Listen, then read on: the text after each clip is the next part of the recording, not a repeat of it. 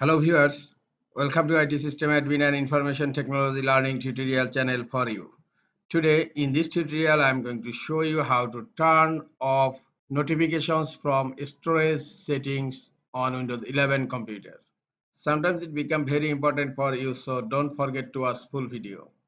To turn off notifications from storage settings, right click on Start menu, click on Settings.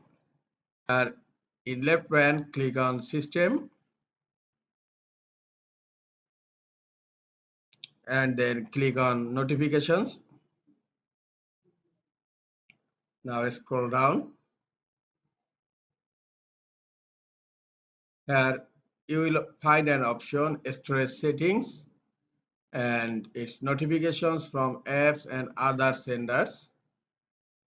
By default it's turned on. Just click here to turn it off. Now notifications from storage settings app is turned off on Windows 11 computer. This is all for today. Hope this tutorial is helpful for you. Keep watching for next tutorial. Thank you very much.